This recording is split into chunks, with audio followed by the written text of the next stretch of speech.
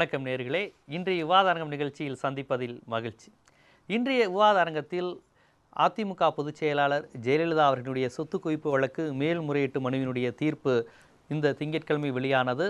அன்றிலிருந்து அது பல்வேறு விதங்களாக அரசியல் திறனாய்வாளர்களால், அரசியல் பிரமுகர்களால் தொடர்ந்து விவாதிக்கப்பட்டு வருகிறது.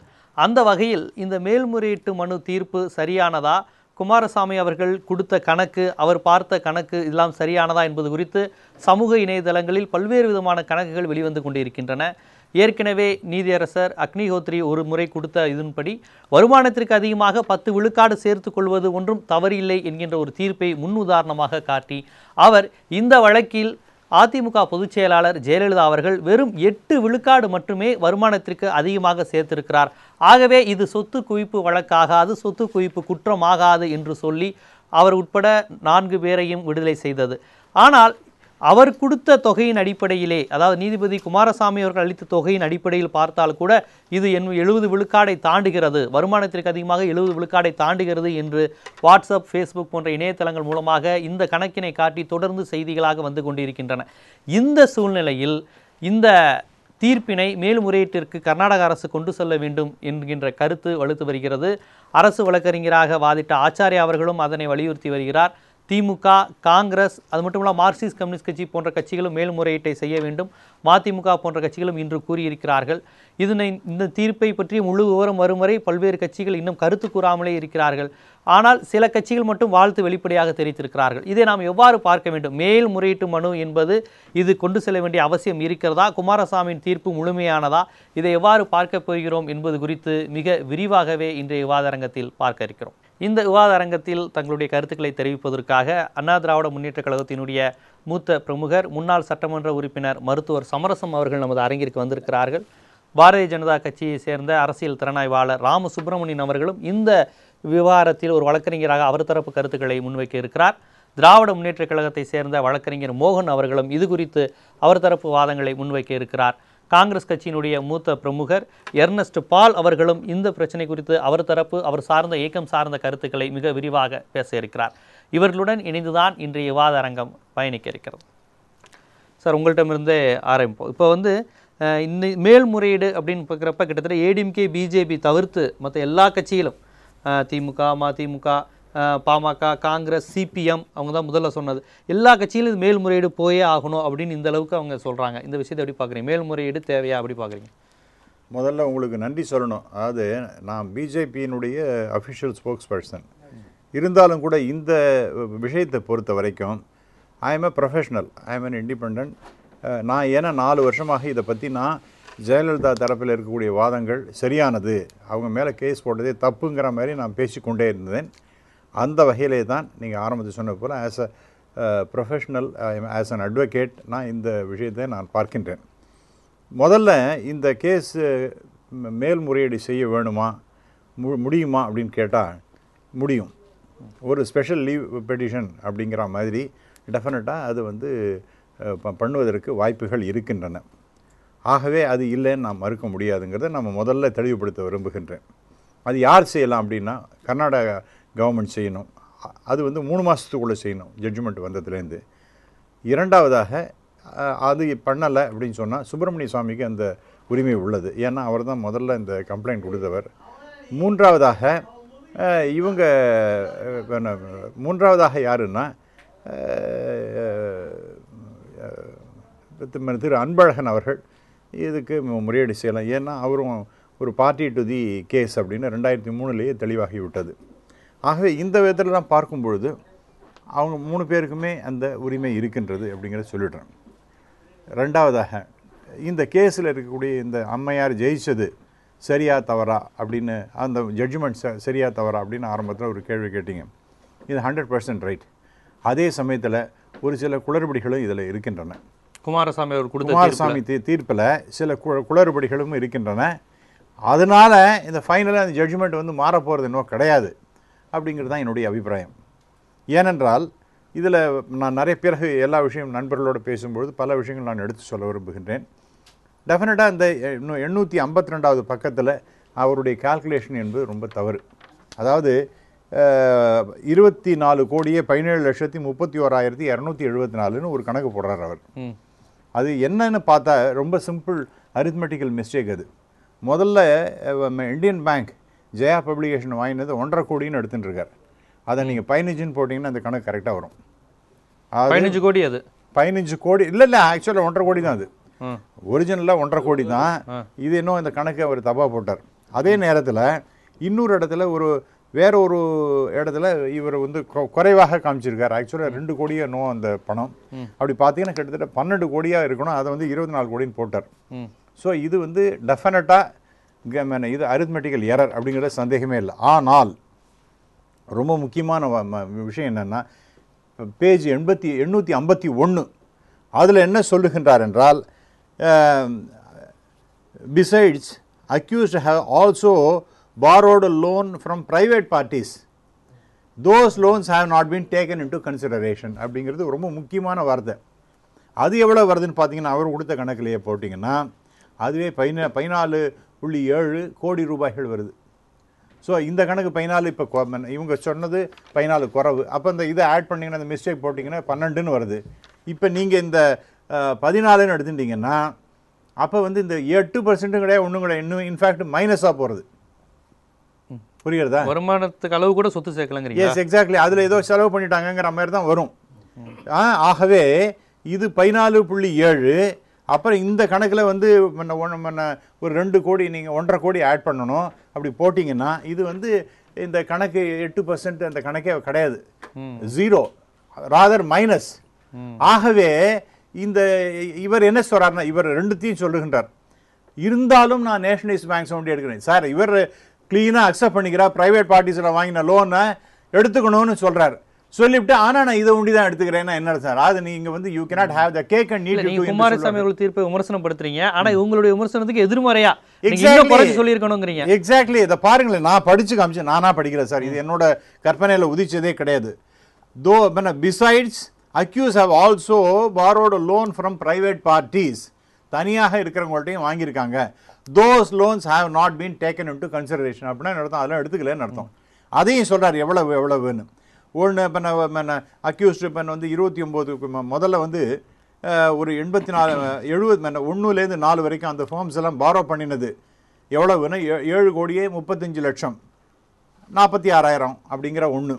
ப்ளஸ் அதுக்கப்புறம் வேணா 29 லட்சம், 6 லட்சம், 2 லட்சம், 2 லட்சம், 41,35,000, 1,57,00,000, அப்புறம் இன்னொரு 1 கோடி, அதற்கு பிறகு 1.5 கோடி, அதற்கு பிறகு 1.5 கோடி. இதெல்லாம் கூட்டினீங்கன்னா நான் அந்த பேங்க்குங்கிற வார்த்தையை இந்தியன் பேங்க்னு எடுத்துக்கல. ஏன்னா அது பின்னாடி இருக்குமோன்னு நான் அந்த கணக்கே எடுத்துக்கல.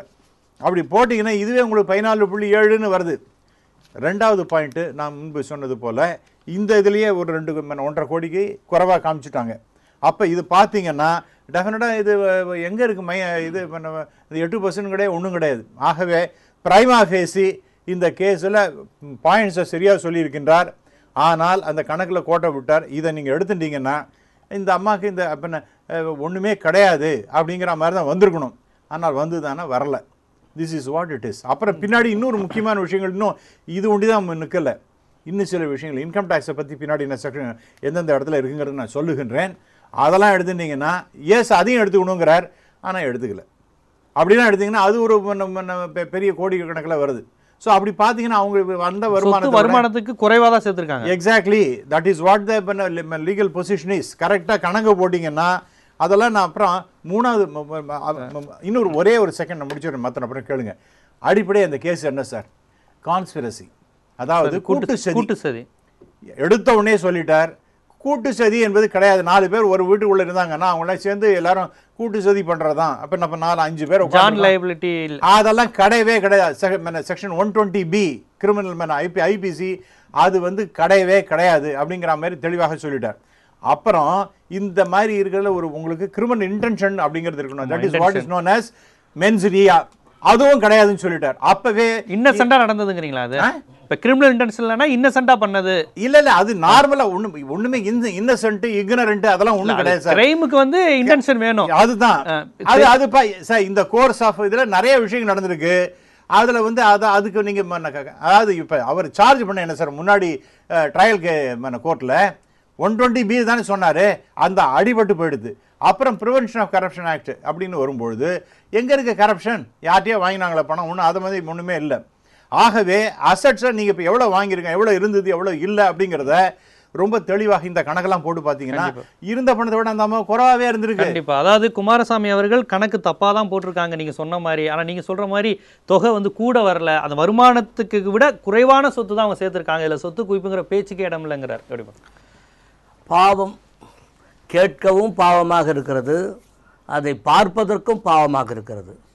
இன்றைக்கு இந்தியாவிலே பெங்களூரில் நடந்த அந்த வழக்கிலே தீர்ப்பு கூறிய அந்த நீதிபதியே தன்னுடைய உதவியாளர்களை வைத்து நான் செய்தது தப்பு தானா அப்படின்னு அவர் பரிசீலனை பண்ணி கொண்டிருக்கிற அந்த ஒரு கட்டத்தில் ஐயா அவர்கள் ரொம்ப அண்ணா திராவிட முன்னேற்றக் கழகம் வலிந்து முனிந்து வாதாடுவார்களோ இல்லையோ, பாரதிய ஜனதா கட்சியினுடைய ஸ்போக்ஸ்பர்சன் ஐயா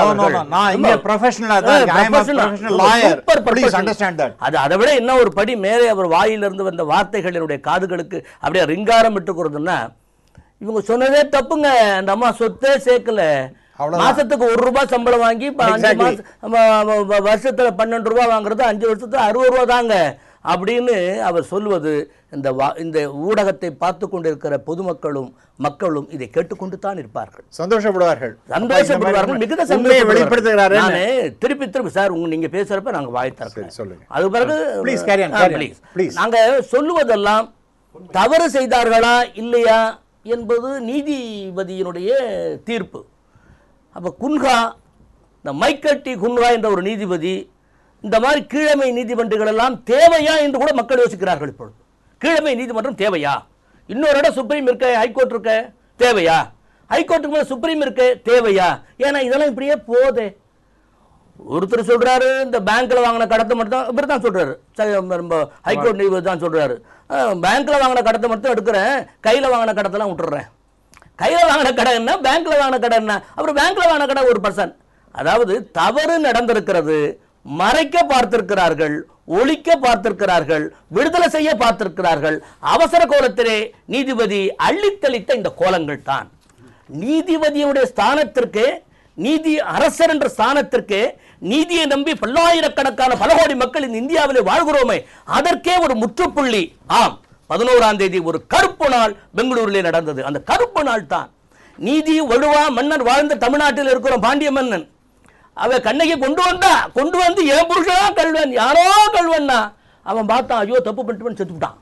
இப்படிப்பட்ட தமிழ்நாட்டில், இப்படிப்பட்ட மதுரையை கொண்ட இந்த தமிழ்நாட்டில் இங்க இருந்து ஒரு கேஸ் இங்க நடத்தக்கூடாது, நடத்தினா ஆபத்துன்னு சொல்லி கர்நாடகாவுக்கு போய் கர்நாடகாவில் ஒரு 19 வருஷமா இந்த கேஸ் எடுத்து கடைசியில் ஒரு 3 மாத்திரம் முடிக்கிறியா இல்லையா? 3 மாத்திரம் முடிக்கல, ஏன்னா நீதிபதி ரிட்டையர் ஆக போறாராம். 3 மாத்திரம் முடிக்கிறியா இல்லையா? ஏன்னா அந்த கேஸ் அவசரமா போதா முடிச்சிட்டு அவசர கோலத்திலே அள்ளி தெளித்த ஒரு அவமானத்தின் சின்னமாக நான் பார்க்கிறேன். அவர் தவறு செய்தாரோ இல்லையோ, அது தெரிந்து செய்தாரோ தெரியாம செய்தார்களோ, 4 பேர் ஒரு வீட்டில் வாழ்வாங்களாம், பல ஆண்டு குடியிருப்பாங்களாம், பல பேங்க்ல லோன் எடுப்பாங்களா, பல பேர்கிட்ட கடங்கார வாங்கலாங்களா, அவங்க கூட்டை பத்தி பேசிக்க மாட்டாங்களா, அவங்க கூட்டு சரியை பத்தி பேசிக்க மாட்டாங்களா? இதெல்லாம் இல்லையா, இதெல்லாம் தள்ளிவிட்டாராம். நீதி வலுவா நெருமுறை, அவங்க யாருக்கும் கிரிமினல் இன்டென்ஷன் இல்லைங்க, அதான் அவருடைய வாதம். அவர் தான் நான் திருப்பி சொல்றேன், அண்ணா திமுக அன்பு அண்ணன் சமரசம் கூட இது வலிந்து பேசுவாரோ எனக்கு தெரியல, அது பேசுறப்ப தான் தெரியும். இவர் ஏனோ பிரதமர் மோடி வாழ்த்து தெரிவித்துட்டார், அவ்வளவுதான். மோடி வாழ்த்து தெரிவித்தார் வம்பிலே நான் திருப்பி சொல்லுகிறேன், தர்மத்தின் வாழ்வதனை சூது கவ்வும் என்று விளம்பரப்படுத்தினார்கள். இங்க தர்மமே இல்லை, தர்மமே இல்லை. நானே முதலமைச்சராக இருக்கின்ற காரணத்தினால் தான் அந்த அம்மாவை பற்றி நாங்கள் வேகமாக சொல்லுகிறோம். ஒரு சாதாரண எத்தனையோ இந்த உலகத்திலே, தமிழகத்திலே, இந்தியாவில் என்னவோ நடக்கிறது, என்னென்னவோ நடக்கிறது. வந்ததுமே நான் 1 ரூபா தான் சம்பளம் வாங்க, நாங்கள்லாம் பெருமையோடு பாராட்டினோம். அப்படின்னு அப்படி அந்த சுதாகரன் கல்யாணம் நடந்து வர்றப்ப அந்த 2 பேரும் போட்டிருந்த நகைகள், எங்க வீட்டு பொம்பளை எல்லாம் பார்த்து ஏய்யா கல்யாணம் பண்ணி 40 வருஷமாச்சு, 30 வருஷமாச்சு, நீ 45 கார் வச்சு ஓட்டுறேன்னு சொல்ற, ஒண்ணுமே இப்படி இல்லையே என்று பேசிய காலங்கள் எல்லாம் உண்டு. ஆனா அது என்ன சொல்றாரு நீதிபதி அந்த குமாரசாமி என்றவர், இதெல்லாம் மக்களே பார்த்து கொடுத்துருக்காங்க, தொண்டர்களே பார்த்து கொடுத்துருக்காங்க. வாழைமரம் கட்டியது தொண்டர் என்று சொன்னால் நான் ஒத்துக்கொள்கிறேன். போயஸ் கார்டில் இருந்து அந்த கல்யாண மண்டபத்தோடு கூட அந்த எம் ராமசாமி செட்டியார் கூட கல்யாண மண்டபத்தோட சொல்லுங்க, இவங்க எல்லாரும் வருந்துட்டு வாழ்த்து சொன்னாங்க. நேற்று வாழ்த்து சொன்னவங்க எல்லாம் இன்னைக்கு திருப்பி போய் வாழ்த்து கேட்டா, இருங்க சொல்லிட்டேன் அவசரப்பட்டு, கொஞ்சம் இருங்க. ஆக நீதி தேவதை விழித்துக் கொண்டாள் என்று சொல்லக்கூடாது, நீதி தேவதை இன்னும் உயிரோடு இந்தியாவில் இருக்கிறாள், தமிழகத்தில் இருக்கிறாள் தான் பொருள். நீங்க 5%, 10%, 100%, 75% நாங்கள் விழுவ போறேன். ₹1 ஆனாலும் நீ இந்த நாட்டுடைய முதலமைச்சர், நீ இந்த நாட்டை ஆளுகின்ற முதலமைச்சர், 8 கோடி பேருக்கு நீதான் தலைமை, நீதான் பொறுப்பு, வாழ்வதும் உங்களால் தான், வீழ்வதும் உங்களால் தான் என்ற மரபு இருக்கிற அந்த மரபை அடித்து ஒடித்து ஒரு முதலமைச்சராக இருந்தவர் மீது ஒரு மிகப்பெரிய குற்றச்சாட்டு சொல்லி, எப்படி 2001 நாமினேஷன் வேட்புமனு தாக்கல் பண்றப்ப என்ன சொன்னாங்க, எனக்கு 2,30,00,000 வருமானம். எதுல? நாமினேஷன் பேப்பர்ல. 2005 6 என்ன சொல்றாங்க, எனக்கு 66,80,00,000. சொன்னது நீங்களே, எழுதியது நீங்களே, கொடுத்தது நீங்களே. இன்கம் டாக்ஸ் காக்குறான், இவ்வளவு சொல்லி ஏது வருமான வரி கட்டியான்? 18 வருஷமா இன்கம் டாக்ஸ் கட்டல. வணக்கத்திற்குரிய நிதியமைச்சர், இந்தியாவின் நிதியமைச்சர் இங்க வராரு, இந்த அம்மாவை பாக்குறாரு, இன்கம் டாக்ஸ் காரன் ஒத்துக்கிறான், இந்த பணத்தை கட்டுங்கன்னு சொல்றான், 2 கோடி இன்கம் டாக்ஸோட கடனையும் கட்டுகிறார்கள். வருமானம் இல்ல, வருமானம் இல்ல, வருமானம் இல்ல, எதுலயும் வருமானம் இல்ல. ஆனா 2 கோடி இன்கம் டாக்ஸ் கட்டலாம். கட்டியாச்சு, கட்டியாச்சு, சம்பாதிக்கல, ஒன்னும் சம்பாதிக்கல. நான் திருப்பி திருப்பி சொல்லுகிறேன், ஒரு கை சோற்றிலே இந்த பூசணிக்காயை மறைப்பாங்கன்னு சொல்லுவாங்களே, மக்கள் பார்த்து கொண்டிருக்கிறார்கள், மக்கள் பார்த்து கொண்டிருக்கிறார். திருப்பி திருப்பி சொல்லுகிறேன், 11ஆம் தேதி குமாரசாமி பெங்களூர் நீதிமன்றத்தில் அந்த தீர்ப்பு கொடுத்த நாள் ராகுகாலம் 10-12 வெள்ளிக்கிழமை, கருப்பு நாள் திங்கக்கிழமை 7-9 ராகுகாலம் 10 மணிக்கு ஏறினார் சார். 3 நிமிஷத்தை தீர்ப்பு கொடுத்து போயிட்டாரு. ஆச்சரியம், எல்லாரும் பார்க்கிறோம், டிவியை பார்த்துக்கிட்டு இருக்கிறோம், நாங்க வாட்ச் பண்றோம், என்ன வரப்போகுது, என்ன வரப்போகுது.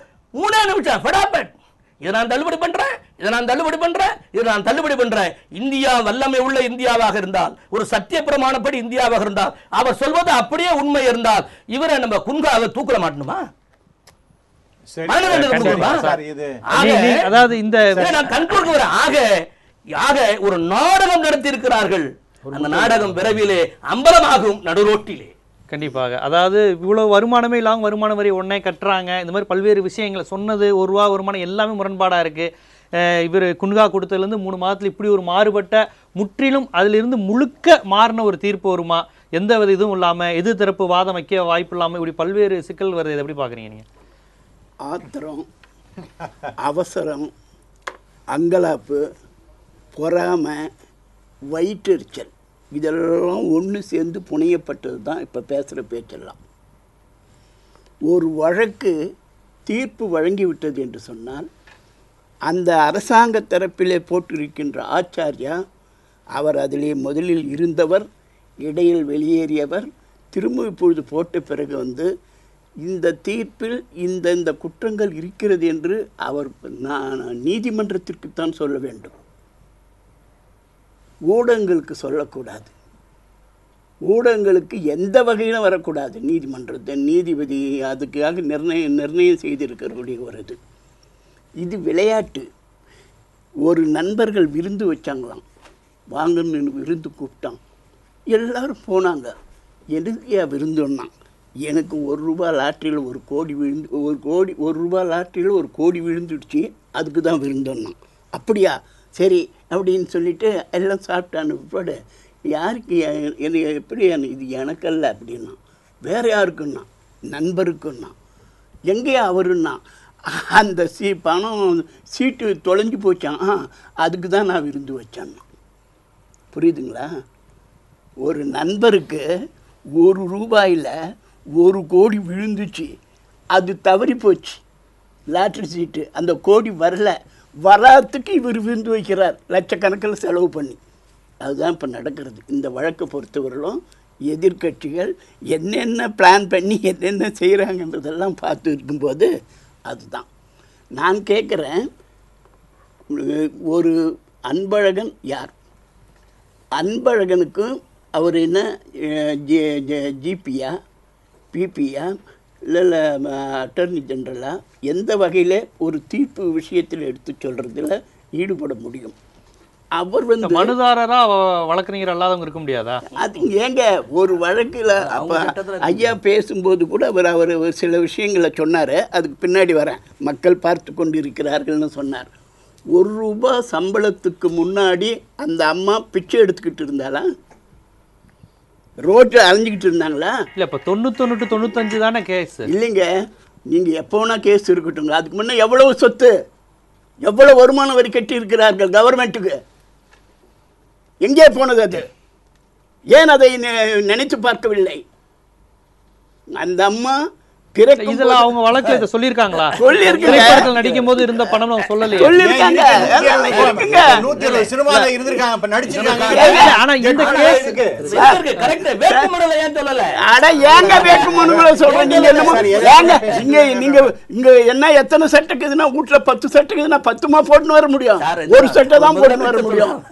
ஒரு சட்டை தான் போட்டுன்னு வர முடியும். அவன் ஒரு சட்டை போட்டுன்னு வந்தான் அப்படின்னா இது அது இதெல்லாம் வந்து ஒரு ஒழுக்கமே இல்லாத. இன்னும் அந்த அம்மாவை இன்னும் சிக்கலுக்கு உள்ளாக்குறாங்க இவங்க. ஒழுக்கமே இல்லாத ஒழுக்கமே இல்லாத வாதம். அண்ணன் மேல எனக்கு ரொம்ப மரியாதை உண்டு. அவர் இப்படி வாதம் பண்ணுவாருன்னு நான் சத்தியமா நினைக்கல. அது பார்த்துக்கலாம், அப்புறம் பார்த்துக்கலாம். காங்கிரஸ்காரா தான் அவர் பேசுவாரு. ₹1 சம்பளத்துக்கு முன்ன அவருக்கு சொத்து உண்டா இல்லையா? உண்டு. வருமான வரி கட்டியிருக்காரா இல்லையா? அப்படியெல்லாம் இருக்கின்ற பொழுது அந்த ₹1 சம்பளம் நான் வாங்கிக்கிறோம் போதும் எனக்குன்னு சொல்றதுன்னா எவ்வளவு உயர்மட்டத்திலே அவர்கள் வாழ்ந்திருக்க வேண்டும். அதை எண்ணி பார்த்தாலும் சொல்ல வேண்டும். ₹1 வச்சுக்க நான் என்ன பண்ண முடியும்? யாராவது இல்லாதவங்க பண்ண முடியுமா? ஒன்று நகைன்னு சொல்கிறீங்க, அந்த நகை அதுக்கப்புறம் செஞ்சுதா? முதல்வரான பிறகு செஞ்சுதா? அது எப்பொழுதோ அவர்கள் வீட்டில் இருந்த நகைங்க. ஒரு வழக்குன்னு சொன்னால் செருப்பெல்லாம் வச்சு வழக்கு போடுவாங்களா? துணி சேலையெல்லாம் வச்சு வழக்கு போடுவாங்களா? ஒரு முதலமைச்சர் மீது, ஒரு நடிகை மீது, ஒரு பெண் மீது போடும்போது போடுற வழக்கு அவங்க வீட்டில் இருக்கிற செருப்பு, சேலை, பாத்ரூமில் இருக்கிற டைல்ஸு, எப்படி என்ன அடிப்படையில்? வளையல், வாட்சி, இது எல்லாம் வச்சு ஒரு வழக்கு போட்டால் வைத்தறிச்சல் அதிலே தெரியல, பொறாமைன்னு அதிலே தெரியல, இது கற்பனை என்று அதிலே தெரியவில்லை. ஆகவே இந்த நிலைமை எப்படின்னா, கிருஷ்ணகிரிக்கும் சேலத்துக்கும் எத்தனை கிலோமீட்டருன்னா 100 கிலோமீட்டருன்னா, அப்போ சேலத்துக்கும் கிருஷ்ணகிரிக்கும் எவ்வளோன்னா? ஏங்க கிருஷ்ணகிரிக்கும் சேலத்துக்கும் 100 கிலோமீட்டர்னா சேலத்துக்கும் கிருஷ்ணகிரிக்கும் 100 கிலோமீட்டர் தானே. என்னங்க இது இப்படி கேட்குறீங்கன்னா? அது சரி, சனிக்கிழமைக்கும் திங்கக்கிழமைக்கும் எவ்வளோ நாள் வித்தியாசம்னா? ஒரு நாள். அப்போ திங்களுக்கும் சனிக்கும் எவ்வளோ வித்தியாசம்னா? பான்னு முழிச்சான். கணக்கு போடுறது ஒவ்வொன்றுத்துக்கும் ஒரு கணக்கு இருக்கும். அந்த கணக்கை தெரிந்தவன் தான் அது செய்ய முடியும். குமாரசாமி ரொம்ப தெளிவாக கணக்கு போட்டிருக்காரு. அவர் அற்புதமாக போட்டிருக்காரு. இதெல்லாம் வெளிச்சத்துக்கு வரும். இப்போதானே இது உட்காந்து இது பண்ணியிருக்காங்க. அவங்க கேட்கறதுக்கு இப்போ அவர் உடனே அவர் சொல்கிறாரு, போட்டவரே திரும்பவும் மீண்டும் ஆலோசிக்கிறா அப்படின்னு. ஏங்க ஆளுக்கு வதந்திய கிளப்பி விட்டா செய்தியில வந்ததுதான்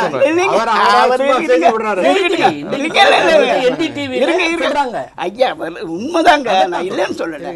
அதாவது ஒரு வதந்திய கிளப்பி விட்டா அதன் மீது வாதங்கள் நடக்கும். அதிலே நியாயம் அதுக்கே எதிர்பார்க்க முடியாது. உண்மையின் மீது வாதங்கள் நடக்கணும். உண்மை வெளியே வரும் வரை. மோகன் சார், உங்கள்கிட்ட நான் கேட்பது, உங்களை போன்ற கட்சிகளுடைய பொறாமையின் காரணமாக போடப்பட்ட வழக்கில் உள்ள இது உண்மை கிடையாது, இது சொல்லப்பட்ட செய்திகள் அனைத்தும் நீங்கள் வச்ச வாதங்களான உண்மைக்கு மாறான செய்திகள்னு சொல்கிறாங்க. இந்த வழக்கை பொறுத்தளவு அரசியல் பார்க்கக்கூடாது பொதுவாகவே. ஏனென்றால் இந்த வழக்கு தொடுக்கப்பட்டதே தவறானது. Prevention of corruption act 13(1)E இதில் எங்கே வந்தது? அதாவது ஒருவர் ஊழல் குற்றச்சாட்டிலே ஈடுபடுவார்களேயானால் அல்லது வாங்கினார்களேயானால் அந்த கம்ப்ளைண்ட் எடுத்துக்கணும். அப்படி யாரும் கம்ப்ளைண்ட் கொடுக்கப்படவில்லை. அப்போது அந்த prevention of corruption act 1A it is not attractive first of all. Second அதுலேயே 120B மரியாதைக்குரிய நண்பர் குறிப்பிட்டதை போல கான்ஸ்பிரசியும் வராது. அடிப்படை இது. அப்போ கான்ஸ்பிரசி என்ன? கூட்டு சதி. கூட்டு சதினா இப்போது இங்கே இருக்கிற ஒருத்தர் இருக்காருன்னா அங்கே இருக்காருன்னா ஏதோ ஒரு இதில் ஒரு அவங்க எல்லாம் சேர்ந்து தனிப்பட்ட முறையில் பண்ணது சேர்ந்து ஜாயின்ட் லைபிலிட்டில வராது. அது 2 பேரும் 4 பேரும் ஒரே அட்ரஸ் தான் இருக்குது. ஸோ அந்த கான்ஸ்பிரசியும் வராது. இது சுப்ரீம் கோர்ட்டில் தான் எடுப்போம், இங்கே யாருமே சொல்லலை. ஃபார் யுவர் இன்ஃபர்மேஷன், இந்த வழக்கை பொறுத்தளவு திராவிட முன்னேற்ற கழகம் இந்த வழக்கை தொடுக்கவில்லை. வழக்கை தொடுத்தவர் சுப்பிரமணிய சுவாமி, அவர் தான் டிஃபெக்டோ கம்ப்ளைனன்ட். இந்த வழக்கு திமுக எப்போ அதை எடுத்ததுன்னா 2003 அப்போ ஜெயலலிதா அம்மையார் அவங்க ஆட்சியில் சிஎம்மாக இருக்காங்க. அப்போ 2003 இருக்கும்போது எதிர்க்கட்சியாக இருக்கின்ற திராவிட முன்னேற்றக் கழகம் இது இங்கே இருந்தால் சரியான முறையில் நமக்கு தீர்ப்பு கிடைக்காது என்ற அடிப்படையில் தான் அவங்க வந்து ஹைகோர்ட்டில் மனு போடுறாங்க. அது டிஸ்மிஸ் ஆகிடுது. அதை பேஸ் பண்ணி சுப்ரீம் கோர்ட்டுக்கு போடுறார் அன்பழகன். அது சரி நீங்கள் சொல்கிறது நியாயம்தான், அதனால் வந்து எந்த ஸ்டேட்டில் வேணால் கேளுங்கன்னும் போது ஒட்டுமனதாக வந்து கர்நாடகா கர்நாடகா நீதிமன்றம் சொல்கிறாங்க, கர்நாடகத்துக்கு மாற்றப்படுகிறது. இந்த வேலையை தான் அன்பழகன் பண்ணார். அன்பழகன் வந்து நீங்கள் ரிட்டர்ன் ஆஃப் ஆர்குமெண்ட் போட்டதே தவறு தான். சுப்ரீம் கோர்ட் சொல்லியிருந்தாலும் கூட அவர்கள் போடுவதற்கு யார் அவர்கள்? Is a third party. நான் வந்து கட்சி அடிப்படையை சொல்ல, லீகலாக பேசுகிறேன். ஸோ லீகலாக பார்க்குகின்ற பொழுது நீங்கள் கேட்டீங்க இல்லையா அப்பீல் யார் போவாங்கன்னு. இதில் நீங்கள் அதுக்கு முன்னாடி ஸ்பெஷல் கோர்ட்டில் ஒரு நீதிபதி குன்கா அவருடைய தீர்ப்பில் ப்ரிவென்ஷன் ஆஃப் கரப்ஷன் ஆக்டில் அது அந்த ப்ரிவென்ஷன் ஆஃப் கரப்ஷன் ஆக்ட் பிரகாரம் 7 ஆண்டு கொடுக்கலாம், 1 லட்சம் ஃபைன் பண்ணலாம். இதுதான் முறை. யார் கேட்டு 100 கோடி போட்டார்? எந்த செக்ஷன் சொல்லுது, எந்த ஆக்ட் சொல்லுது? அதுவே தவறானது. அவருக்கு யார் அந்த உரிமையை கொடுத்தார்கள்? கீழ்கோர்ட்டு அப்படி செய்ய முடியாது. அதுவே தவறு. அதுவே அவர்களுக்கு ப்ளஸ் பாயிண்ட். அதை டிஃபென்ஸ் சைடில் இருக்கிற அண்ணா திராவிட முன்னேற்ற கழக வழக்கறிஞர்கள் சரியான முறையில் எடுத்து செல்லவில்லை. புரியுதுங்களா? இந்த தீர்ப்பை கூட குமாரசாமி தான் கொடுத்தாரே தவிர்த்து அவர்கள் வழக்கறிஞர்கள் அந்த எடுத்து சொல்லவில்லை. இன்னும் இந்த வழக்கை பார்க்கின்ற பொழுது அப்பீல் இப்போ விடுதலை பட்டிருக்காங்க. ஏன்னா அது அட்ராக்ட் ஆகாதனால தான். நீங்கள் சொன்ன குற்றச்சாட்டு இவர் கூட வேகமாக பேசினார். காங்கிரஸ்காரர்கள் இப்பொழுது வேகமாக பேச ஆரம்பித்திருக்கின்றார்கள். ஏனென்றால் அவர்களுடைய நிலைமை அப்படி இருக்கிறது. இப்போ EVKS இலங்கை கூட ரொம்ப வேகமாக பேசுகிறார். ஏன்னா அது மறைந்து கொண்டு இருக்கிறது அந்த கட்சி. 4.88 விழுக்காடு தான் அந்த கட்சியினுடைய நிலைமை. ஆனால் அதை 3 விழுக்காடு ஜி.கே. வாசன் எடுத்து போய்விட்டார். 3 விழுக்காடு ஜி.கே. வாசன் எடுத்துட்டார். அப்போ 1.88 தான் இவங்க இருக்கு. அது கூட 0 கூட சொல்லுவாங்க. இல்ல போயிடலாம். அது இருக்கிற கட்சி. இல்ல மறைந்து விடலாம். அந்த சொன்ன மாதிரி இருக்கிற கட்சி இல்ல. அப்படி சொன்ன மாதிரி கூட்டணி வர போறாங்க. அப்படி வாதம் என்பது வேறு. அத சொல்றா பாருங்க. நீங்க பேசுறது பசி இவருக்கு இல்லன்றாரு. அடுத்த இல்ல சரி முடிச்சிரேன். அப்பீல் நீங்க இந்த அப்பீல்ல அன்பழகன் போக முடியாது. இவர் சொன்னது தவறு. Anbazhagan is a third party. No. First sir Karnataka government தான் ரெஸ்பாண்ட். இன்னும் சொல்ல போனால் ஆச்சாரியர் கூட சொல்கின்றார். அதாவது அவர் ரிட்டர்ன் ஆஃப் ஆர்குமெண்ட்ல போடுறார். ரெஸ்பாண்டண்டா எங்களை வந்து சேர்க்கல, இது கர்நாடகா கவர்மெண்ட், அதனால இது மெயின்டெனபிலிட்டி இல்லைன்றார். புரியுதுங்களா? ஸோ அது அவருடைய வாதம். ஆனால் அது எடுபடாது. இன்னும் சொல்ல போனால் அப்பீல்னு போகும்போது சுப்பிரமணிய சுவாமி தான் டிஃபெக்டோ கம்ப்ளைண்ட். அவர் நினைச்சா அப்பீல் போகலாம். அதுக்கு அடுத்தபடியாக கர்நாடகா கவர்மெண்ட் அடுத்தபடி அவங்க அப்பீல் போகலாம். அவங்க யார் போனாலுமே தமிழ்நாடு கவர்மெண்ட்டில் இருக்கிற ஆன்டி கரப்ஷன் விஜிலன்ஸுடைய பர்மிஷன் பெற்று தான் போக முடியும். ஏன்னா அவங்க தான் இந்த வழக்கை போட்டது. நல்லா பாருங்க நீங்கள். அப்போ ஸ்டேட் கவர்மெண்ட் எப்படி உங்களுக்கு அதிகாரம் தருவாங்கன்னு தெரியல. ஏன்னா அவங்க தான் ஆளுங்கட்சியில் இருக்காங்க. ஒன்று.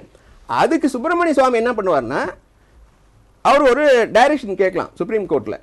இந்த மாதிரி வந்து ஸ்டேட் கவர்மெண்ட்டில் அவங்களே ஆளுங்கட்சியாக இருக்காங்க, எங்களுக்கு அவங்க அனுமதி கொடுத்து எங்களோட ஜாயின் பண்ணி இந்த கேஸில் வந்து அவங்களும் வந்து எங்களுக்கு மெட்டீரியல்ஸ் தரணும் அப்படின்னு கேட்கலாம். இல்லை இப்போ நடந்த விஷயங்களை குறித்து பேசுகிறீங்க. இப்போ இந்த தீர்ப்பு இருக்குது பார்த்தீங்களா, இப்போ தீர்ப்பு மீது வரக்கூடிய விமர்சனம் இந்த தீர்ப்பில் கேட்கலுங்க. இந்த தீர்ப்பில் அதாவது டோட்டல் அக்கௌண்ட் அதுதான் மெயின். சார் குறிப்பிட்டதை போல் அதில் எரர் இருக்குது, சரி இல்லைன்னு சொல்ல முடியாது. அவர் சொன்ன எரர் வந்து வருமான அளவு சேர்க்கவே இல்லை. லோன் பேங்க்ல இருந்து எடுத்ததுல நீங்க அது டோட்டல்ல வந்து டைபிக்கல் எரர் இருக்கு. அதுல டைப்போகிராஃபிக்கல் எரர் இருக்கு. அதாவது 10 கோடி இருக்கு. அதாவது இன்ஸ்டெட் ஆஃப் 24 crores 14 crore தான் இருக்கு. ஆனா இவர் சொன்னதை போல இந்த பிரைவேட் லோன் ஒன்று இருக்கு, அதுல 14 கோடி வாங்கியிருக்காங்க. அப்போ இவங்க மேல்முறையீடு சொல்லுகின்ற பொழுது அப்போ அவங்க இதை சொல்லுவாங்க. அது அப்போ நீங்க இது எரரா இருந்தா அதை எடுத்துக்கல, நீ அப்ப அதை எடுத்துங்க அப்படின்னு கேட்கலாம் இல்லையா? நான் வந்து வாதத்துக்காக 88 விழுக்காடு அவர் கொடுத்த தொகையிலேயே 88 விழுக்காடு அதிகமா இருக்குங்கிற அந்த வாதம் நீங்க ஏத்துக்கிறீங்களா? இல்ல அது வந்து முறை, அது ரூலிங் இருக்கு. அதாவது 10% வரைக்கும் அதாவது அது இருக்கு. ஆனா குமாரசாமி அவர்கள் 8% தான் அதிகம்னு சொல்லிட்டு அவர் தொகை கொடுத்தாருல, அந்த தொகையை உண்மையிலே கணக்கிட்ட அந்த தொகையின் அடிப்படையில் பார்த்தாலே 88 விழுக்காடு அதிகமா இருக்குன்னு தான் இப்ப வரக்கூடிய விஷயம். 76 ஆக்சுவலா 56ன்னு இப்ப அதை நீங்க ஒத்துக்கிறீங்களா? அந்த டோட்டல் வந்து எரர் இருக்கு இல்லன்னு சொல்ல முடியல. இப்பதான் ஆனா எந்த அளவு இல்ல அவர் என்ன சொல்றாருன்னா ஈவன் அவர் ஆர்கியூமெண்ட் ஸ்டேஜ்ல கூட பிஃபோர் அந்த இது கேஸ் நடக்கும்போது கூட சொல்றாரு குமாரசாமி, அதாவது நான் என்ன எதிர்பார்த்தோனோ நீங்க யாரும் சொல்ல மாட்டேன்றீங்க. தட் மீன்ஸ் அவங்க லாயர்ஸ் அவங்க சரியா அந்த கேஸை வந்து இது வந்து பொலிட்டிக்கல் வெஞ்சன்ஸ் இப்படி சொன்னாங்களே தவிர்த்து நீங்க கேஸ் நடத்தும் போது என்ன பிரேயரோ என்ன செக்ஷன்ல போட்டாங்களோ அதை பேஸ் பண்ணி தான் ஆர்கியூ பண்ண முடியும். இவர் சொல்றாருல அந்த அம்மா 1 ரூபாய் வச்சிருந்தாங்க 2 கோடி எல்லாம் வச்சு அதுக்கு என்ன பிரிவில போட்டாங்கன்னா அந்த பிரேயர் படி பண்ணலங்கறீங்களா? வழக்கு போலங்கறீங்களா? இல்ல போயிருக்கு, இப்போதான் போயிருக்கு. குமாரசாமி தான் எடுத்திருக்காரு. அவர் கோணத்துல குமாரசாமி தான் எடுத்திருக்காரு. அப்படி போனதுனால தான் இந்த வழக்கு வந்து விடுவிக்கப்பட்டிருக்கிறார்கள். சார் இப்போ வந்து பால் சார் இந்த மாதிரி பல்வேறு விஷயங்கள் வச்சாங்க. அதாவது வந்து இந்த விவாதத்தில் வந்து வருமானத்துக்கு குறைவாக போகிற அளவுக்கு அப்படிங்கிற விஷயங்கள்லாம் வந்து நம்புகிற மாதிரியே இல்லை. அது மட்டும் இல்லாமல் இந்த விஷயங்களை வந்து ஆச்சாரியா போன்ற மிகப்பெரிய ஆட்கள் வந்து தன்னுடைய தரப்பு வாதத்தையே வைக்கக்கூடாது வைக்கலன்னு இருக்காங்க. அவங்க ரொம்ப வெளிப்படையாக சொல்லிடுறாங்க.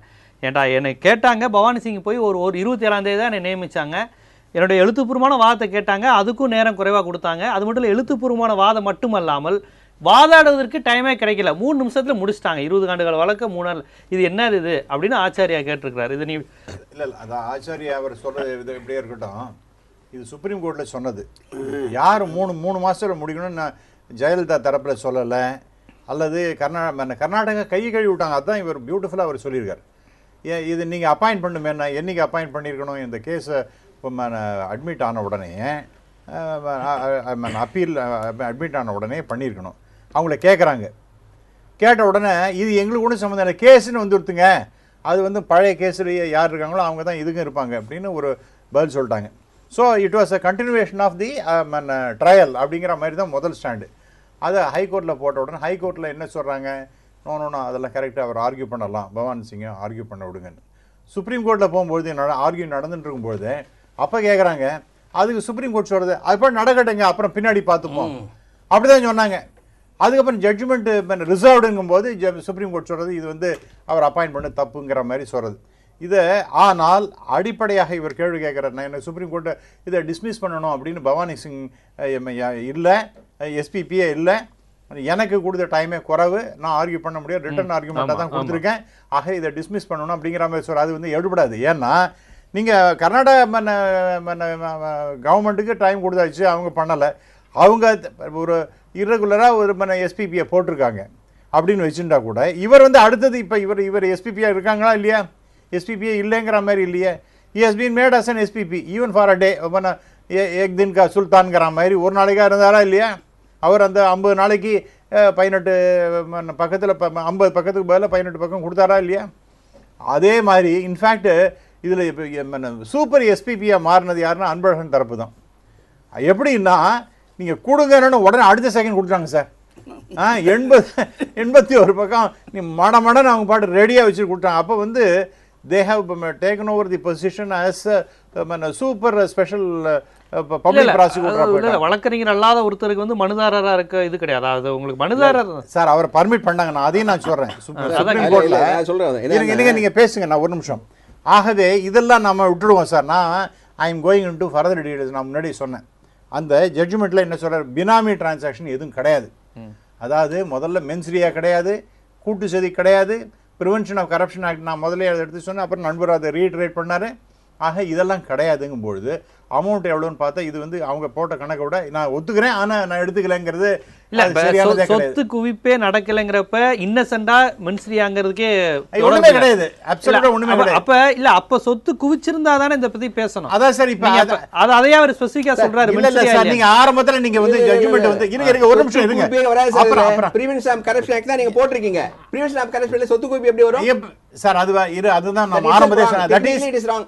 பிரிவென்ஷன் ஆஃப் கரப்ட் பிராக்டிசஸ் பண்ணி வந்துதா அப்படி ஒரு क्वेश्चन இருக்கு. ஆனா பட் இட் இஸ் அவர் நண்பர் சொன்னதை நான் முழுமையா ஒத்துக்க மாட்டேன்.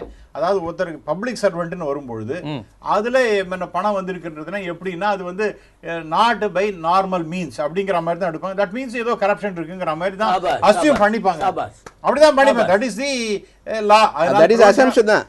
அப்படிதான் சார் வரும். அது அப்படிதான் போட்டிருக்காங்க. ஆனா அவரோட நீங்க ரொம்ப ஆர்வமா இருக்கீங்க. இல்ல இல்ல இல்ல தெளிவா இருக்கு. இல்ல லீகலா தெளிவா சார். இருக்கு. அது அப்படிதான். That is how it is assumed.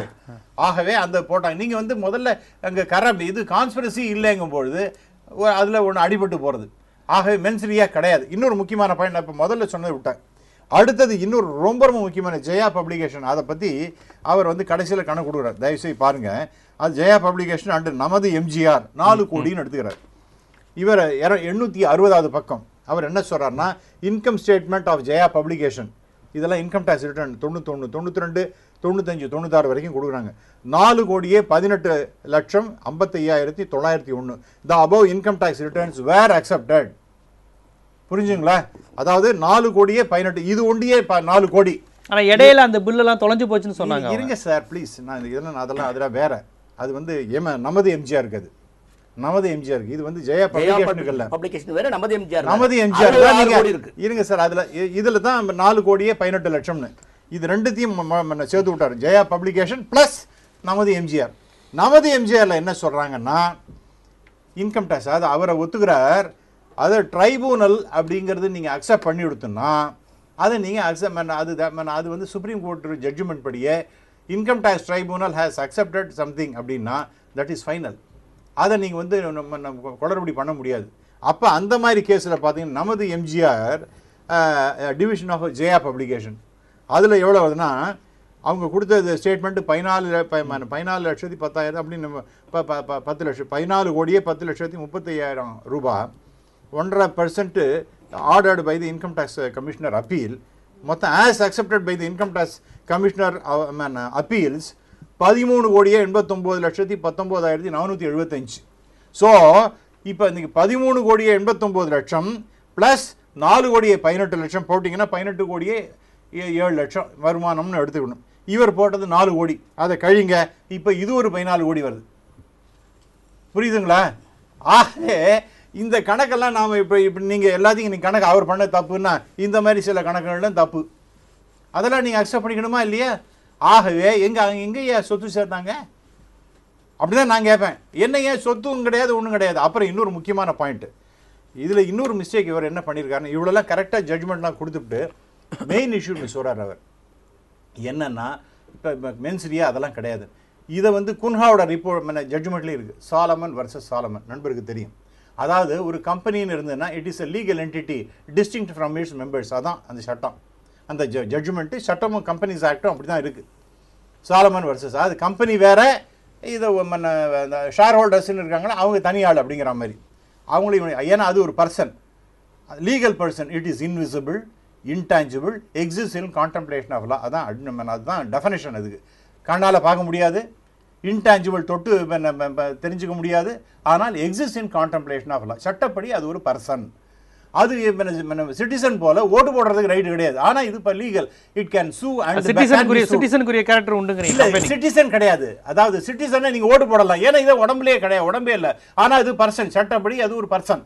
அப்போ இதெல்லாம் இவ்வளோத்தையும் பண்ணிட்டு கடைசியில் இவர் என்ன பண்ணிட்டாரு, மறுபடியும் ஒரு உட்டாலா பண்ணிட்டாருன்னு தான் நான் நினைக்கிறேன். யாரு என்ன இந்த ஜட்ஜ் எப்படின்னா எல்லாத்தையும் மறுபடியும் அந்த அவரும் சாலமன் வர்சஸ் சாலமனை சொல்லிவிட்டு இருந்தாலும் I am lifting or piercing the corporate veil அப்படின்னு சொல்றாரு. அதாவது இந்த கம்பெனின்னு இருந்தாலும் கூட அதுக்கு பின்னாடி யார் ஆபரேட் பண்றாங்க அப்படிங்கிறதையும் நான் பிடிக்கலாம் அப்படிங்கிற மாதிரி இவர் சொல்றாரு. ஆனா பண்ண முடியாது. ஏன்னா அதுல வந்து ஜெயலலிதா ஷேர் ஹோல்டர் கிடையாது, அவங்க ப்ரமோட்டர் கிடையாது, அவங்க டைரக்டர் கிடையாது. அப்ப தெருவில் போறவங்க யார வேணாலும் நீங்க ஒரு கம்பெனி, அது வந்து எக்ஸிஸ்டிங் கம்பெனி. அவர் மதிப்பிட்டு சொத்து மதிப்பே அநியாயமா போட்டுருக்காருங்கிறீங்க. எக்ஸாக்ட்லி. அப்ப இவங்களுக்கு ஒரு நிமிஷம் ப்ளீஸ் முடிச்சு இன்னும் ஒரே ஒரு பாயிண்ட் சொல்றேன். ஏன்னா இது வந்து லீகலா இந்த கிளாரிஃபை பண்ணுங்கிறதுக்காக சொல்றேன். நண்பரும் அதை ஏன்னா நான் அவர் நேரம் எடுத்துன்னா அவர் ஒன்றும் கோச்சிக்க மாட்டார். ஏன்னா இப்படி இருக்கும்பொழுது இந்த lifting or piercing the corporate பண்ண முடியாது. அதை பண்ணினார் குன்ஹா. இந்த சாலமன் வர்சஸ் சாலமனை சொல்லிவிட்டு அதில் இருக்கிற கம்பெனி இந்த கம்பெனி எல்லாரும் இருக்கிறதும் ஜெயலலிதாவில் இருக்கிற அவங்க பணம் தான் சொன்னதுங்கிறது அபத்தம், அது தப்பு. ஆனால் இவர் அதையும் நம்ம ரீட்ரேட் பண்ணியிருந்தாலும் கூட இப்போ என்னத்துக்கு அந்த 31 ஜெயலலிதா அந்த 3 பேருமே எந்த வெள்ளவழியும் சொத்து சேர்க்கல. இல்லை சார், நீங்கள் அவங்க மேலே சேர்த்துருந்தாங்கன்னு வச்சுங்க, அதுக்கு இன்கம் டேக்ஸ் தான் பண்ண முடியும். பிகாஸ் அவங்க பப்ளிக் சர்வெண்ட் கிடையாது. They are not public servant. அப்படி யாரா டெஃபினேஷனில் வருவாங்கன்னா அது வந்து ஜெயலலிதா அவர்களை தான் நீங்க பப்ளிஷர்னு சொல்ல முடியும். அவங்க சிஎம் ஒரே ஒரு நிமிஷம் முடிச்சிடுறேன் சார். ஏன்னா அவர் வந்து ஒரு பாயிண்ட் சொன்னாரு இன்கம் டாக்ஸ் ஆக்டை பத்தி, அவருக்கு தெரியாதுன்னு நினைக்கிறேன். இதை பல முறை சொல்லிட்டேன், அதை பற்றி ஆர்டிக்கல் எழுதிட்டேன். இன்னும் ஒரு சொல்ல போனால் புதிய தலைமுறையில் இது மாதிரி பேசும்போது ரொம்ப தெளிவாகவே சொல்லிட்டேன். இது வரைக்கும் இந்தியாவில் இன்கம் டேக்ஸ் ரிட்டர்ன் ஃபைல் பண்ணாமல் யாருக்குன்னு எல்லாத்துக்கும் செட்டில்மெண்ட் தான் ஆயிருக்கு. அதில் ஒரே ஆள், அது டெல்லியில் ஒரு பிஸ்னஸ் மேன், அவனை ஒருத்தன் தான் அரெஸ்ட் பண்ணாங்க 3 மாதம் 6 மாதம் சொல்லிட்டு. ஏன்னா நிறைய பேர் கட்டாம இருக்காங்கங்கறீங்க. நிறைய பேர் கட்டாம அதாவது sir settlement it is a normal practice. நான் ரிட்டர்ன் ஃபைல் பண்ணல அப்படின்னா நான் வந்து அதெல்லாம் அக்செப்ட் பண்ணிக்கிறேன், பெனல்டி போடுறேன், இன்ட்ரெஸ்ட் போடுறேன் அப்படின்னு சொன்னா எல்லாத்தையும் சேர்த்து நான் பண்ணி நான் கொடுக்குறேன்னு சொன்னா அக்செப்ட் பண்ணிப்பாங்க. வருமானமே இல்லாம இப்படி கட்டினாங்கன்னு தான் இருக்கு. அவர் ஏதாவது பேசிட்டு இருக்காரு சார். அதெல்லாம் நான் வருமானத்தை அவங்க வந்து 160 படத்தில் நடிச்சதை பத்தி இவரும் சொல்லிருக்காரு, குன்னாவும் சொல்லிருக்காரு. இவருக்கு ஏதோ இங்கே திடீர் ஞானோதயம் வந்து அவங்களுக்கு ஒண்ணுமே கிடையாது, அவருக்கு ஒண்ணுமே பைசாவே இல்லாத ஆளு. நீங்க நம்ம சொல்றது பேப்பர்ல அவங்க சொல்லல அவங்க நீங்க சட்டப்படி பேசணும். ஒண்ணு சட்டப்படி பேசணும். கண்டிப்பா நான் முடிச்சிடறேன். இந்த கேஸ்ல அந்த இன்கம் அந்த ஒரு ஆளை டெல்லியை பத்தி சொன்னேன், அவருக்கு ஏன் அவரு கூட ஏன் ஜெயிலு கொடுத்தாங்கன்னா ரொம்ப இம்பார்ட்டன்ட் பாயிண்ட் இல்ல. என்னன்னா அவர் வந்து எனக்கு எக்கச்சக்கமா இன்கம் டாக்ஸ் ரீஃபண்ட் வரணையா, எனக்கு நீ கொடுக்கவே மாட்டேங்கிறிய, அதனால ஃபைல் பண்ண மாட்டேன், அதுக்கு அப்பீலும் போயிட்டாரு. சமுதாயம் பார்த்து கொண்டிருக்கிற இந்த தொலைக்காட்சியில திருப்பி சொல்லுகிறேன், இந்த மூவரும் ஜெயலலிதா நம்முடைய சம்பாரிச்சதுக்கு அதிகமான சொத்து சேர்க்கவில்லை, சட்டப்படியான அவர்கள் சொத்து தான் சேர்த்திருக்கிறார்கள். இந்த குமாரசாமி கொடுத்ததும் தவறு, அதற்கு முன்னாலே கொடுத்தது குன்கா கொடுத்ததும் தவறு என்று 3 பேரும் வாதிடுகிறார்கள். மக்கள் பார்த்து கொண்டிருக்கிறார். எங்களுக்கு அதை பற்றி அக்கறையே இல்லை. ஒன்று குமாரசாமி, ஆமா மக்கள் பார்த்து கொண்டிருக்கிறார், அவங்க எடுத்துக்கொள்வார்கள். மக்களை நீதியரசர் குமாரசாமி அவர்கள் தானே முன்வந்து கொடுத்த அந்த தீர்ப்பு, குன்கா கொடுத்த தீர்ப்புக்கும் இதற்கும் சம்பந்தம் இல்லை. நீதிபதி குமாரசாமி அவர்கள் ஜெயலலிதா சார்பில் என்னென்ன பெட்டிஷன் கொடுத்திருக்கிறார்களோ அதை மட்டும் எடுத்துக்கொண்டு வைத்து அவர் வழக்குகளை முடித்திருக்கிறார். மக்கள் சொல்வது மட்டுமல்ல, மனிதாவை முன்ன ஒவ்வொருவரும் நினைக்கிறோம்.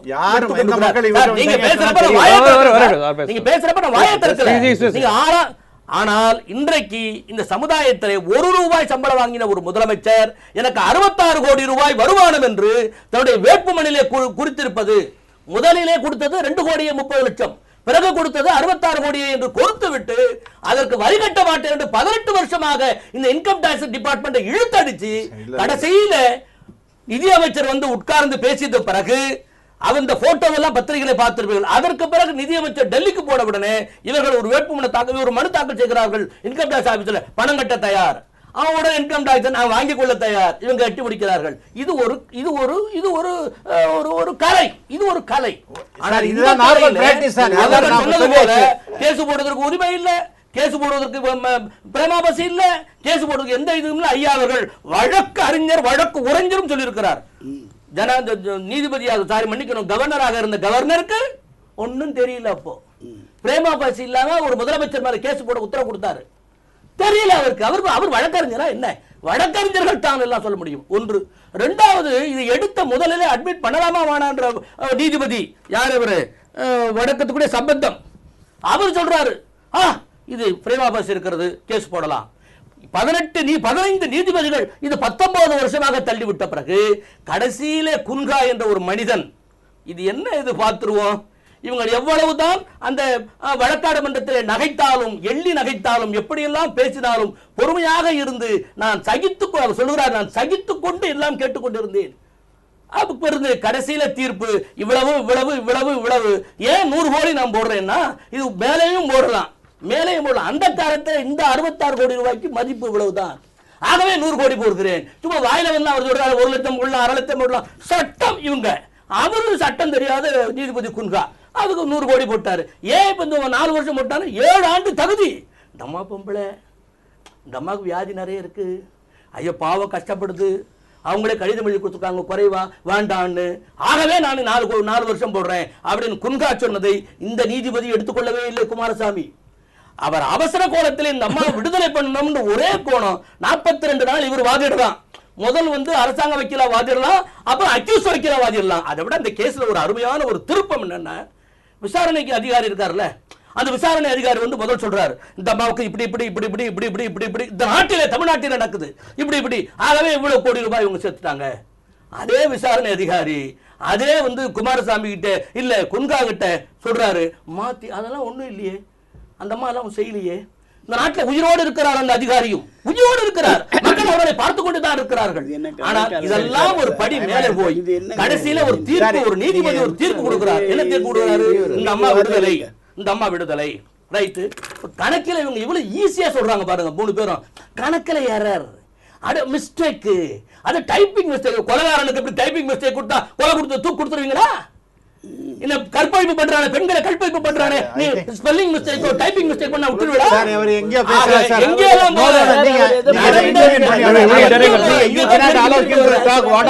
கொடுமைக்கு, அநியாயத்திற்கு, சாரி நீங்க வந்து அவர் வந்து ஏதோ அரசியல் மேடம் நினைச்சு பேசிட்டு இருக்கார். சட்டத்தின் தெரியல, ஏதோ உணர்ச்சிகரமா ஏதோ அவங்க sir, I am very sorry. I have 66 கோடி ரூபாய் இந்த சமுதாயத்துடைய பணத்தை கொள்ளையடித்து கடைசியில ஒரு ஸ்பெல்லிங் மிஸ்டேக், ஒரு கரெக்ஷன் மிஸ்டேக் சொல்லி நீங்க தப்பிக்க பார்க்கலாம் என்று நினைப்பது தவறு. சரிங்க, உங்களுக்கு நிறைவு. கதை கட்ட ஒருவன் பிறந்து விட்டால் கண்ணகிக்கும் கலங்கம் உண்டாம். இதுதான் உலகம். யார் எது வேண்டுமானாலும், யார் மீது வேண்டுமா எந்த புகார் வேண்டுமானாலும் சொல்லலாம். ஆந்திரா பேங்க்ல காமராஜருக்கு பணம் இருக்குன்னு சொல்லலாம். நீங்க அதான் கருணாநிதி தான் சொன்னது உங்களுக்கு. காமராஜ் வாழ்ந்தது பெரிய பங்களாவில் வால்போஸ்ட் அடிச்சு ஒட்டல, ஏழை சொன்ன வாய்தானே.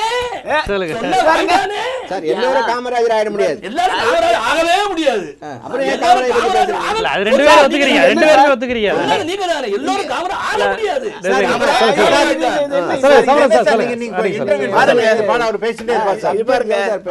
ஏதாவது ஒண்ணுமில்லாம ஒண்ணுமே பேசினா 10 நாளைக்கு முன்ன வந்த ஒரு தீர்ப்பு நீதி வென்றது, நியாயம் வென்றது, உண்மை வெளியானது. அதே தான் அவங்க இப்ப கேக்குறாங்க. 10 நாளைக்கு பிறகு வந்த தீர்ப்பு 2 நாளைக்கு பிறகு அப்ப நீங்க விமர்சிச்சீங்க, இப்ப அவங்க விமர்சிக்கிறாங்க. அவ்வளவுதான். விமர்சிக்கவே இல்ல. இல்ல குன்கா தீர்ப்பை பத்தி கடுமையான சுப்ரீம் கோர்ட்ல அந்த பவானி சிங் எஸ்பிபி அப்பாயிண்ட் பண்ணது தப்பு. பவானி சிங் அதான் சொல்றாரு. ஏங்க இந்த ஆடு வெட்டுவாங்க கிராமத்துல, ஆடு வெட்டினாங்கன்னா பங்கு போடும்போது காது வெட்டி இப்படி வச்சுடுவாங்க, காலை வெட்டி தலையை வெட்டி இப்படி வச்சுட்டு காலை இப்படி போட்டுட்டு தோலை ஆட்டு தொங்க விட்டுடுவாங்க. ஏன்னா அந்த தோல் இவனுக்கு இழிச்சாக்க எங்கன்னா அங்கங்கே ஓட்டை போட்டுவிடுவாங்க, காசு ஆகாது. யார் வாங்குறானோ அவனே வந்து உளிச்சுன்னு போட்டுன்ட்டு, அதுக்குள்ளே இந்த ஆடு காது இருக்குது பாருங்கள், கட் பண்ணி நெருப்பில் போட்டு தீ வச்சு புள்ளிங்களுக்கு கொடுப்பாங்க, அது குஷாலாக விளையாடுன்னு போகும். அந்த மாதிரி ஒரு விளையாட்டு தான் பவானி சிங் இதாக இருந்தும் இவங்க குஷாலாக விளையாடின விளையாட்டு. உண்மை என்ன? காது கொடுத்தாச்சு, காது கொடுத்தாச்சு. நீங்கள் எண்ணி பார்க்கணும். நீங்கள் எப்பவுமே ஒரு விஷயத்தை என்ன உண்மை இருக்குது அப்படிங்கிறது வந்து சொல்லணும். இப்போ பாருங்கள், இப்போ ஒன்றும் இல்லை, அது என்ன வந்துச்சு எதுவும் இல்லை, உடனே இங்கேருந்து போகிறார் பெங்களூருக்கு போய் சீதாராமையா ஒருத்தர் பார்க்குறாரு, இங்கேருந்து வந்து உடனே ஒரு இது கருணாநிதி ஒரு அறிக்கை விட்டார். இந்த 13 வழக்கு போட்டு 12 வழக்கு ஏற்கனவே என்ன ஆச்சு? திவாலாளி இல்லாம பண்ணாலா இல்லையா? இல்ல இல்ல 12 வழக்கும் சோகாட்டு ஊழல்ல அக்யூஸ் சொல்லியாச்சு. நீங்க இது பாருங்க, ரொம்ப கண்டிக்கிறேன். நீங்க இது மாதிரி வெச்சுக்காதீங்க. இது மாதிரி ரொம்ப தப்பு பேசுறீங்க. நீங்க கைய காட்டில பேசுறத வெச்சுக்காதீங்க. வேண்டாம் பிரதர் ப்ளீஸ். இங்க கண்டிப்பா அப்படியே நிறைய பண்ணுங்க. ஐயா பாருங்க, நீங்க காங்கிரஸ் போனது இன்னைக்கு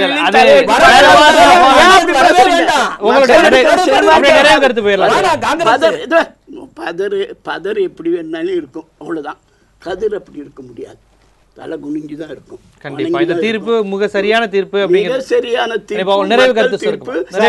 மக்கள் ரியாக்ஷன் இருக்கும். ரொம்ப தெளிவான. அது இந்தியன் பீனல் அந்த இது வந்து செக்ஷன் 120B அது இல்லைன்னு சொல்லியாச்சு. ப்ரிவென்ஷன் ஆஃப் கரப்ஷன் ஆக்ட் கிடையாது, பினாமி டிரான்சாக்ஷன் எதுவும் இல்லைன்னு சொல்லியாச்சு. கூட்டு சதியும் கிடையாது, ஒன்றும் கிடையாது. இதில் சில மேத்தமேட்டிக்கல் எரர் இருக்கு. இன்ஃபேக்ட் இது வந்து அட்வான்டேஜஸ், அந்த எரர் கூட அது அட்வான்டேஜஸ் டு ஜெயலலிதா தான் அது. ஆகவே இதில் வந்து இந்த கணக்கு போட்டு கரெக்டாக பார்த்தீங்கன்னா, ஏன்னா அவருடைய ஸ்டேட்மெண்ட் இதெல்லாம் சொல்லியிருக்கேன், பினாமியும் கிடையாதுன்னு எழுதியிருக்கிறார். ஆகவே இந்த ஜட்ஜ்மெண்ட்டு 100% ரைட்டு. ஆனால் சில கூட்டல் கழித்தல கொஞ்சம் தப்பு இருக்கலாம். ஆனால் that will be taken care of. Supreme court போனால் மறுபடியும் இதை வந்து ரீகன்ஃபார்ம் பண்ணுவாங்க. இந்த இருக்கிற குளறுபடிகளை குட்டாலாலாம் சரி. நிறைவு கருத்து சுருக்கமாக, குன்கா தீர்ப்பை ஏற்றுக்கொண்டவர்கள் குமாரசுவாமியுடைய தீர்ப்பையும் ஏற்றுக்கொள்ள வேண்டும். ஏனென்று சொன்னால் அது இடைக்கால தனிப்பட்ட கருத்து, திமுக கருத்து இல்லை, இடைக்கால தீர்ப்பு தான். மேல்முறையீடு இருக்கிறது, அதில் சந்திப்போம்.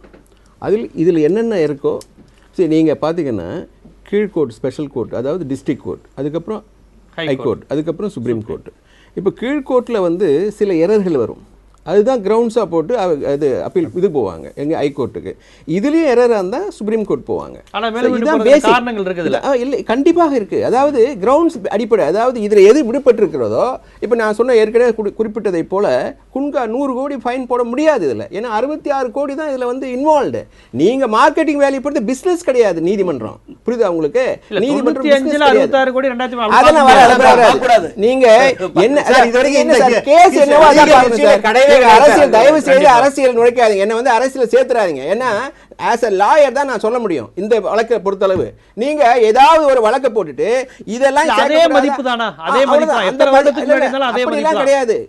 நீங்க சொத்து குவிப்பு வேற, இந்த பிரிவென்ஷன் ஆஃப் ஆக்ட் வேற, பிளஸ் வந்து நீங்க ஃபைன் வந்து 1 லட்சத்துக்கு மேல எக்ஸீட் ஆக கூடாதுன்னு இது இருக்கு. குமாரசாமி கொடுத்தது சரிதான்.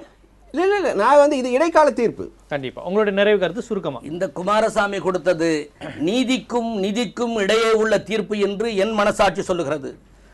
நிதி அமைச்சர் என்றைக்கு இங்கே, இந்தியாவுடைய நிதி அமைச்சர் என்றைக்கு இங்க வந்து ஒரு குற்றவாளியை சந்தித்து விட்டு போனாரோ, நீதிக்கும் நிதிக்கும் இடையிலே ஒரு ஏதோ ஒன்று நடந்திருக்கிறது. நான் திருப்பி சொல்லுகிறேன், பிஜேபி அவர் வந்து கேவலமா பேசுகின்றார். அவர் totally object to this statement. தப்பா பேசுறாரு. நீங்க அப்புறம் என்ன அவர் பாக்குறதுக்கு என்ன ஏன் வரவானே அவர் வீட்ல சொல்லுங்க. நீங்க வந்து அர்த்தமே இல்ல. அவர் பார்த்தாரு, இவர் பார்த்தாரு. வரலாறுல இல்ல, பொது செயலாளர் பார்த்தாரு. ஹீஸ் a political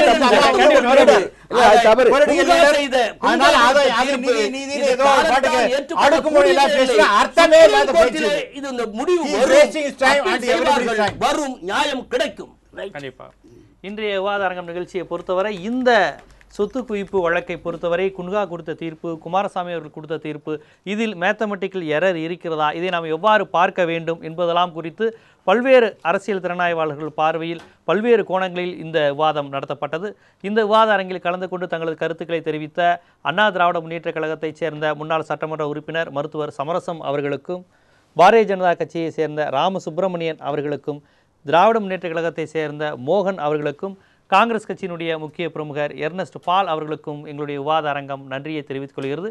மீண்டும் விவாத அரங்கம் நிகழ்ச்சியில் சந்திக்கும் வரை உங்களிடமிருந்து விடைபெறுவது ஜீவசகாப்தன்.